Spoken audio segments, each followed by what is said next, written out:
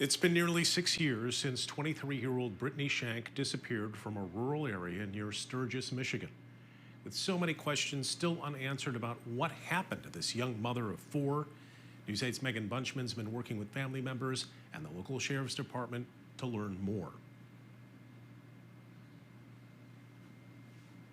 For the first time ever, Brittany's father is talking with the media. Megan joining us now with this exclusive interview. Brittany Shank went missing on the night of November 30th, 2018. Since then, the St. Joe County Sheriff's Department continues to classify her case as that of a missing person, not a homicide.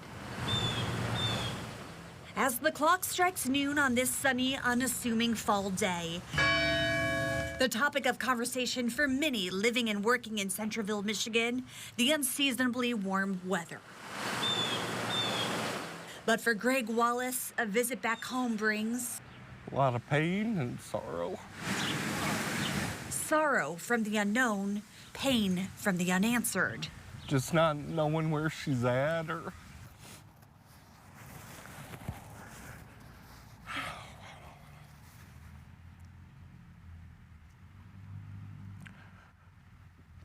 what happened.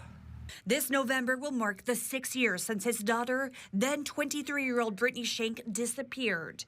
Wallace now clings to the last photo he has of the mom of four, a quick pic during a Thanksgiving meal from 2018. I didn't know that would be the last.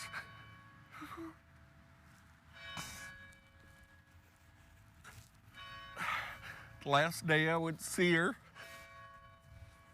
hug her, kiss her. This is the area where Brittany was last seen on that cold November night. Family, friends, and the Sheriff's Department believe that the truck she was in slid off of this part of Fawn River Road and into a ditch. What happened next, though? That's the question her family once answered. St. Joe County 911, where's the emergency? Off of Fawn River. That's the voice of Brittany herself asking for help. And new audio just released this week from the Sheriff's Department. You can hear Brittany and the owner of the nearby home that she walked to talking with dispatchers. She just told me she needs help. But as the elderly Good Samaritan tried to learn more about what happened to the night of November 30th, and Brittany herself... What is your name, hon? Can you tell me your name? She don't seem to want to talk to me. Brittany disappeared outside and was never seen or heard from again. Oh, I don't know. The girl just came to the back door and she had no shoes on, no coat. She's bleeding on her feet, her arms. She said her boyfriend took off somewhere. I don't know if she was scared and took off somewhere or if somebody picked her up or I don't know. We don't even know who the guy was that was with her. The guy her father just mentioned was the last known person Brittany was with that night, according to deputies. For the past 6 years, St. Joe's Sheriff's has only described the man as white, in his early to mid-20s, between 5'6" and 5'8", with short blonde hair and long mutton chop style sideburns. However, after News 8 reached out to the department close to a dozen times this past month with multiple requests for a singular interview about Brittany's case, the department released this sketch, a forensic drawing of that man. How often are you chatting with the Sheriff's Department? Never. I don't hear from them. A problem that Wallace says has been persistent since his daughter went missing. I haven't had much contact with our local or their local law enforcement. I mean, if I ever want to know anything, I have to try to get a hold of them.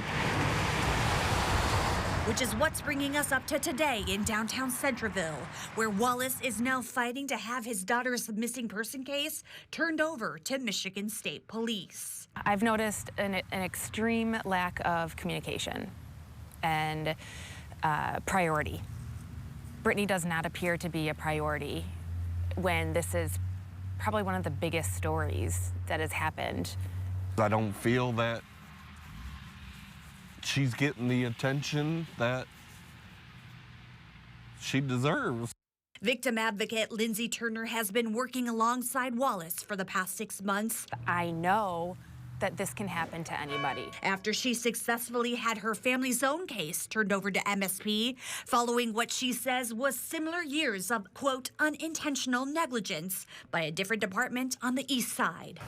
You shouldn't have to have anybody fight for you. They don't know where to go, what to do, who to contact, what the capabilities really are that are available in a different agency.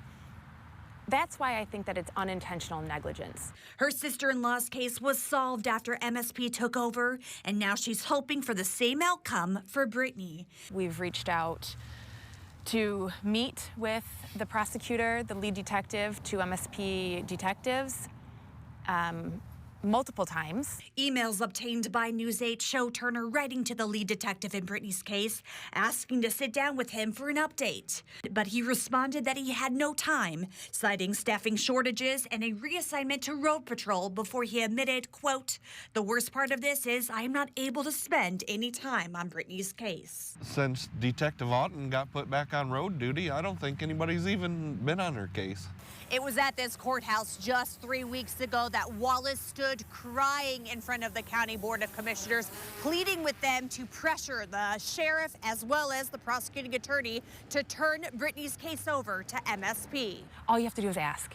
It's simple. It really is simple. The detective in charge of Britney's case and the undersheriff did not return our additional request for interviews. Instead, the department released a statement reiterating their commitment to the case and adding a brief outline of the steps they've taken over the past 6 years, including organizing searches in the area where Britney was last seen and leveraging Western Michigan University students and its cold case program to organize the evidence they've collected.